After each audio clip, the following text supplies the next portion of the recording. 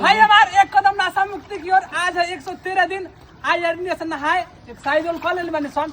एगो कंपटीशन होता हमनी में, देखो ये सब के उससे ज्यादा सांस के कर बाटे कहे फेफड़ा के मजबूत करे के बा। अब सब जो तैयार बा का ना करे के चाहिए, ना करे के चाहिए।